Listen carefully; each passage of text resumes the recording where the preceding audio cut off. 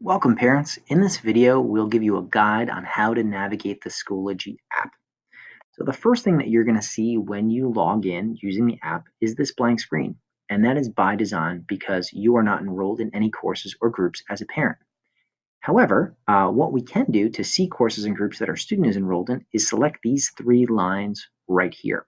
This is going to give us access to our children's accounts, and then through those we can see any courses or groups they are enrolled in. So again, these three lines right here is what we are going to select. It is supposed to be blank when you first come in because parents are not enrolled in groups or courses. So I'm going to go ahead and I'm going to click these three lines, and what we will immediately notice is that we can see any messages here that have been sent to us.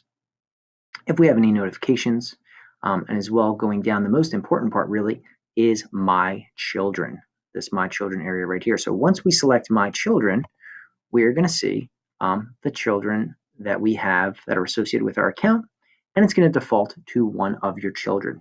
So in this case, it has defaulted to the enrollments the student is in, and we could have seen courses, groups, as well as recent grades, any overdue items, and anything that is upcoming.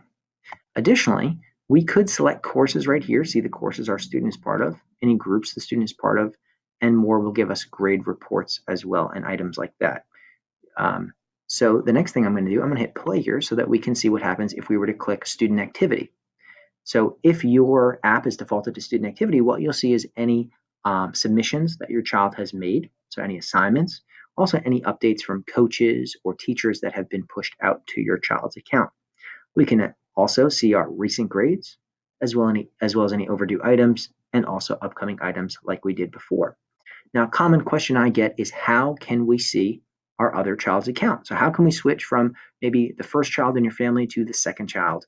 And the answer is going to be this More tab. So what we're going to do is you're going to select this More tab, and you're going to choose the student's name that you're currently in on, and then you will have the ability to switch accounts.